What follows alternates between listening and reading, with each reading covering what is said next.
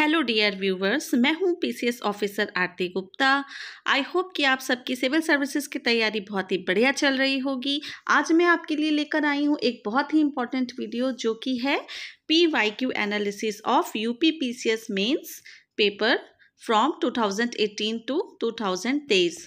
PYQ analysis आज PCS के मुख्य परीक्षा में 2018 से लेकर अब तक पूछे गए सभी मेंस के प्रश्न पत्रों का पूरा एनालिसिस मैं करूंगी और उसमें फिल्टर करके आपको फिर मैं बताऊंगी कि कौन कौन से क्वेश्चन बहुत बार रिपीट हुए हैं, किस पैटर्न पर पेपर आया है और कौन से ऐसे टॉपिक्स हैं जो कि मस्ट प्रिपेयर टॉपिक्स हैं जो कि आपको तैयार करने ही चाहिए। हम सभी जानते हैं कि सिविल सर्विसेज की तैयारी में PYQ का कितना ज़्यादा महत्व है, चाहे वो IAS का पेपर हो, चाहे PCS का पेपर हो, चाहे RO का पेपर हो या फिर लोअर PCS का ही क्यों ना हो। हर पेपर की तैयारी के लिए PYQ हमारे लिए एक गाइडिंग लाइट का काम करते हैं और अगर बात मेंस एग्जामिनेशन की हो तब तो PYQ और भी इम्पॉर्टेंट हो जाते हैं, क्योंकि प्रीलिम्स की अपेक्षा मेंस की परीक्षा में PYQ ज़्यादा रिपीट होते हैं और कुछ एक पर्टिकुलर टॉपिक, पर्टिकुलर पैटर्न होता है जिसको फॉलो करता है आयोग, और कई बार एक ही टॉपिक को अलग अलग तरीके से पूछा जाता है और बहुत सारे टॉपिक्स हैं जो साल दर साल रिपीट होते रहे हैं। तो आइए एक बार नज़र डालते हैं और बिना देर किए वीडियो को शुरू करते हैं। अगर आप चैनल पर नए हैं तो वीडियो को लाइक करें और चैनल को सब्सक्राइब करें, वीडियो को शेयर करें। तो चलिए शुरू करते हैं। परीक्षा में 2018 से सब्जेक्टिव पैटर्न पर मेंस एग्ज़ाम को लागू किया था और 2018 से 23 तक अब तक 6 सालों में मेंस के पेपर आयोग करा चुका है उसी पैटर्न पर। तो हम आगे से पीछे जाते हुए यानी 2023 से शुरू करते हुए 2018 तक के पेपर्स को देखेंगे। आइए एक सरसरी निगाह पहले पेपर्स पर डाल देते हैं, फिर इनका पूरा एनालिसिस मैं आपको बताऊंगी। ये अंग्रेजी भाषा में लिखा हुआ है, हिंदी मीडियम वाले अभ्यर्थी बिल्कुल भी परेशान ना हो, मैं सारी चीज़ों को हिंदी में भी एक्सप्लेन करूंगी। और आप देख सकते हैं कि ये इन क्वेश्चंस को मैंने खुद अपनी हैंड राइटिंग में एक एक क्वेश्चंस को लिखा हुआ है और जो टॉपिक है, जिस टॉपिक से रिलेटेड प्रश्न है उसको मैंने हाईलाइट भी किया हुआ है। तो आइए देखते हैं। 2023 का ये पेपर है। सेक्शन ए में कुल 10 प्रश्न होते हैं जिसमें से 8 मार्कर प्रश्न होते हैं 10, और फिर सेक्शन बी में आपको 12 मार्कर प्रश्न होते हैं जो कि 10 वो भी होते हैं, यानी पेपर में कुल 20 प्रश्न पूछे जाते हैं। तो पहला क्वेश्चन देखें कि फूड प्रोसेसिंग से रिलेटेड था। इसी तरह से दूसरा क्वेश्चन जो है ई टेक्नोलॉजी इन फार्मिंग। उसके बाद तीसरा क्वेश्चन लैंड रिफॉर्म यानी भूमि सुधार से संबंधित था। चौथा क्वेश्चन बजट मेकिंग पे था। इसी प्रकार से पांचवा क्वेश्चन इंफ्रास्ट्रक्चर से रिलेटेड, फिर ये ज्योग्राफी से रिलेटेड एक ब्लड मून का क्वेश्चन, और फिर इंडिया का जो मून मिशन यानी चंद्रयान 3 था उस पर एक क्वेश्चन था। साइबर क्राइम से रिलेटेड क्वेश्चन, सिक्योरिटी फोर्सेस को स्ट्रेंथन करने के लिए यानी हमारा जो सुरक्षा बल है भारत की आंतरिक सुरक्षा को मजबूत करने के लिए, उससे रिलेटेड क्वेश्चन है। अमूमन हर साल इससे क्वेश्चन आता ही आता है। आगे आपको वीडियो में बने रहिए, मैं आपको एक पूरा एनालिसिस और एक पूरा निचोड़ निकाल करके दिखाऊंगी। इन सभी का एक सरसरी निगाह देख लेते हैं। और उसके बाद न्यूक्लियर प्रोलिफरेशन यानी कि परमाणु प्रसार पर ये क्वेश्चन था। फिर यहाँ से सेक्शन बी शुरू होता है जो कि ये नीति आयोग से रिलेटेड क्वेश्चन है कि उसके ऑब्जेक्टिव्स क्या हैं। फिर आगे देखते हैं इंक्लूसिव ग्रोथ यानी समावेशी विकास पर क्वेश्चन है। इसके बाद सस्टेनेबल डेवलपमेंट गोल्स पर क्वेश्चन है। फूड सिक्योरिटी पर क्वेश्चन है। PDS यानी पब्लिक डिस्ट्रीब्यूशन स्कीम, इस पर क्वेश्चन है। और फिर रिन्यूएबल एनर्जी यानी नवीकरणीय ऊर्जा से संबंधित प्रश्न है। फिर बायोटेक्नोलॉजी, उसका गरीबों के उत्थान में कैसे उपयोग किया जाता है, इस पर क्वेश्चन है। इसके बाद फिर डिजास्टर्स यानी आपदाओं के ऊपर क्वेश्चन है। फिर मनी लॉन्ड्रिंग पर एक प्रश्न आया हुआ है, और फिर मीडिया रिवोल्यूशन पर प्रश्न आया हुआ है और उसका नेशनल और इंटरनेशनल सिक्योरिटी पर क्या इम्पैक्ट पड़ता है, इस पर क्वेश्चन है। फिर यहाँ से 2022 का पेपर अगेन शुरू हो जाता है। सेक्शन ए आपको 8 मार्क वाले प्रश्न मिलेंगे 10, जिसमें से पहला क्वेश्चन देखिए डिजिटल एग्रीकल्चर पर है। पीछे आपने देखा कि टेक्नोलॉजी का एग्रीकल्चर में यूज पूछा था, यहाँ पर उसी को थोड़ा सा ट्विस्ट करके डिजिटल एग्रीकल्चर पूछ लिया है। फिर सप्लाई चेन मैनेजमेंट है, PM गति शक्ति है। इसके बाद फाइनेंशियल इंक्लूजन है यानी वित्तीय समावेशन। इसके बाद industrial policies of the government और make in India, stand up India पे क्वेश्चन है। Role of science and technology in national security यानी राष्ट्रीय सुरक्षा में विज्ञान और तकनीकी की भूमिका पर प्रश्न है। इसके बाद ई पॉल्यूशन पर प्रश्न है, स्पेस पॉल्यूशन पर प्रश्न है, डिफेंस कॉरिडोर पर प्रश्न है, अग्निवीर योजना जो हाल में आई थी उस पर प्रश्न पूछा गया था, कंटेम्प्रेरी था इस वजह से। इसके बाद डिजास्टर्स के टाइप और उसका मैनेजमेंट। फिर यहाँ से सेक्शन बी शुरू हो गया। फिर से अगेन देख रहे हैं आप इंक्लूसिव ग्रोथ मिला, जो कि पीछे हमने देखा था। इसी प्रकार से आगे बढ़ते हैं। 12वां क्वेश्चन आपको स्किल डेवलपमेंट, इससे रिलेटेड क्वेश्चन आपको पीछे भी मिला था। फिर effects of globalisation and liberalisation on Indian economy. इसके बाद आपका सोलर एनर्जी प्रोडक्ट्स की वायबिलिटी पर क्वेश्चन है, यानी सोलर एनर्जी प्रोजेक्ट्स जो हैं वो कितने व्यवहारिक हैं, व्यवहार में लागू करने योग्य के पैरामीटर्स पर क्वेश्चन था। इसके बाद आपका जो ईस्टर्न यूपी है, यानी जो पूर्वी उत्तर प्रदेश है, उसके निम्न डेवलपमेंट के क्या कारण है, यानी रीजनल डिस्पैरिटी, क्षेत्रीय असमानता के ऊपर प्रश्न है ये। इसके बाद 16वां नंबर नैनो टेक्नोलॉजी और उसके पोटेंशियल पर प्रश्न है। इसके बाद IPR राइट्स यानी इंटेलेक्चुअल प्रॉपर्टी राइट यानी संपदा अधिकारों पर प्रश्न है। इसके बाद आर्टिफिशियल इंटेलिजेंस और उसका मिलिट्री और सिविल सेक्टर में क्या यूज़ है, इस पर प्रश्न है।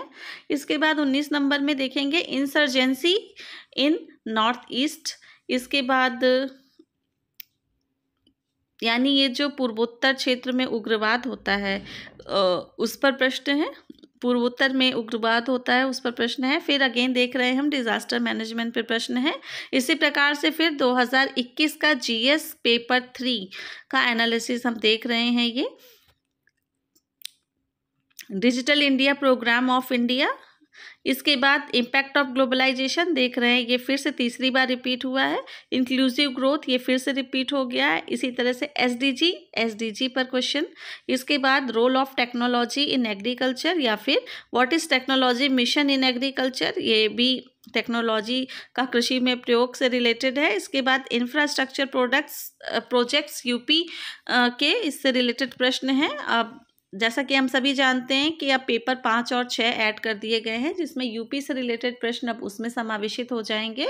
जब ऑप्शनल पेपर हुआ करता था तब यूपी से रिलेटेड क्वेश्चन भी आपके GS 1 से लेकर 4 तक पूछे जाते थे, तो इसलिए ये क्वेश्चन यहाँ पे देख रहे हैं हम। फिर 7 नंबर पे उत्तर प्रदेश का फूड क्रॉप्स यानी कि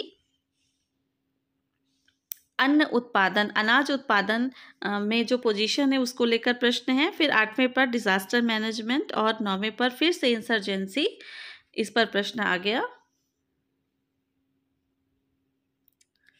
इंसर्जेंसी यानी उग्रवाद पर प्रश्न आ गया। इसके बाद फिर से देख रहे हैं हम, रिपीट हुआ है role of media and social networking and its impact on internal security, यानी भारत की आंतरिक सुरक्षा के दृष्टिकोण से मीडिया और सोशल नेटवर्किंग का क्या इम्पैक्ट है। इसके बाद आपका सेक्शन बी यहाँ से शुरू होता है। इसमें देख रहे हैं कि आर्टिफिशियल इंटेलिजेंस पर प्रश्न है। इसके बाद साइबर क्राइम से रिलेटेड क्वेश्चन है। फिर स्किल इंडिया से रिलेटेड प्रश्न है। फिर 14 नंबर पे देखिए आप, तो socio economic system of state और बजट से रिलेटेड ये क्वेश्चन है सीधा सीधा। अगर आप चाहें तो आप वीडियो को पॉज करके स्क्रीनशॉट ले सकते हैं। फिर अनएम्प्लॉयमेंट पर प्रश्न है। इसके बाद इंडस्ट्रीज़ और उसके डेवलपमेंट के चैलेंजेस पर प्रश्न है। फिर impact of lockdown in Indian economy. 17वां number impact of lockdown in Indian economy है। जब कोविड का दौर था उस समय ये पेपर हुआ था, इसलिए प्रश्न पूछा गया था। इसके बाद टेररिज्म और करप्शन का इंटरनल सिक्योरिटी से क्या संबंध है, इस पर प्रश्न था। फिर अगेन हम देखें तो ये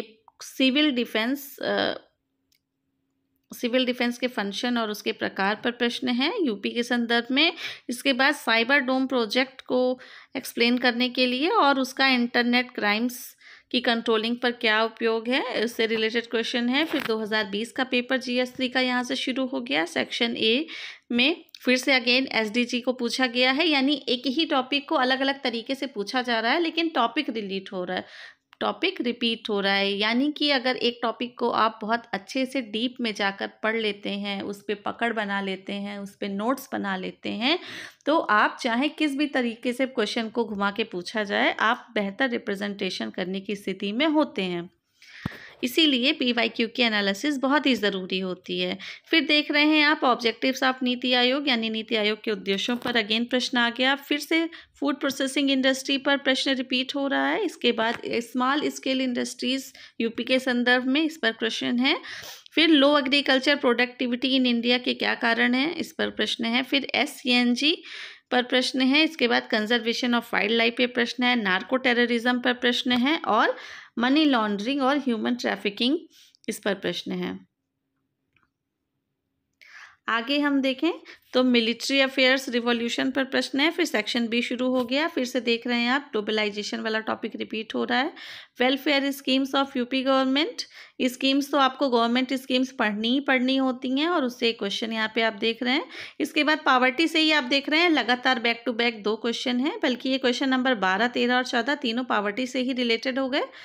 आप पावर्टी से रिलेटेड क्वेश्चन, इनइक्वालिटी से रिलेटेड क्वेश्चन अमूमन हर साल पूछे जाते हैं।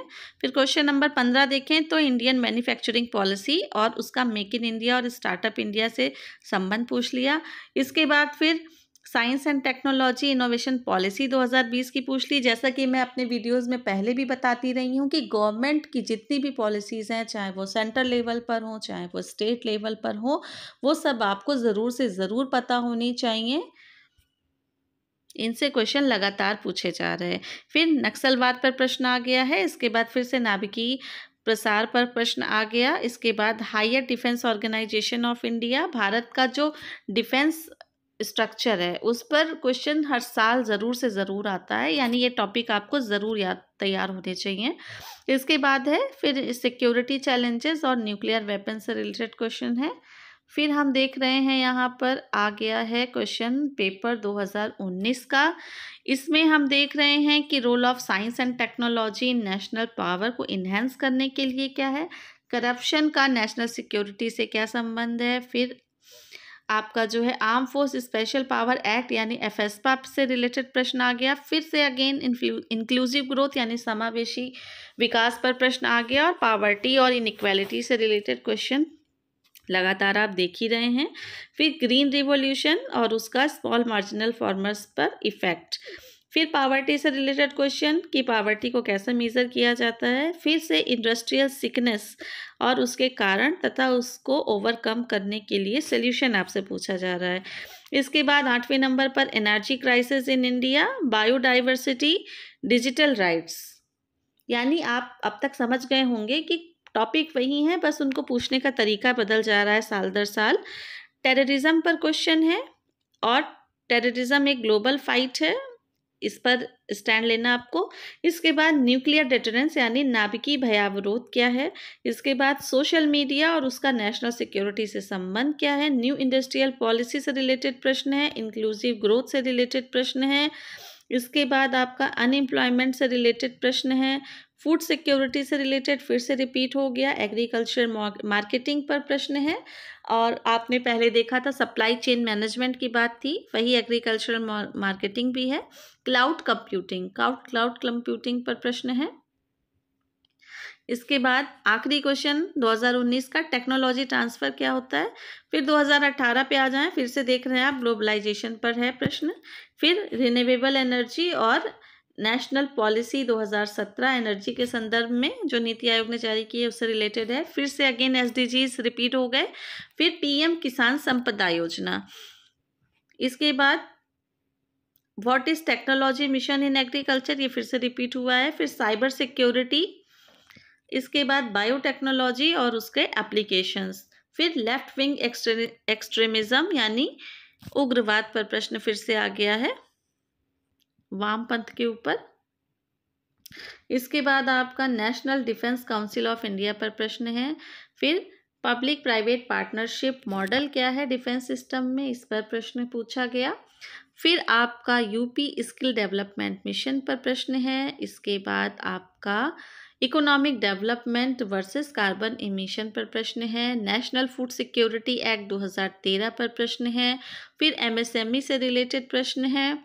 इसके बाद इंटर रीजनल डिस्पैरिटीज़ यानी क्षेत्रीय असमानता जो फैली हुई है उस पर प्रश्न है। फिर टाइफैक यानी technology information forecasting and assessment council पर प्रश्न पूछा गया था।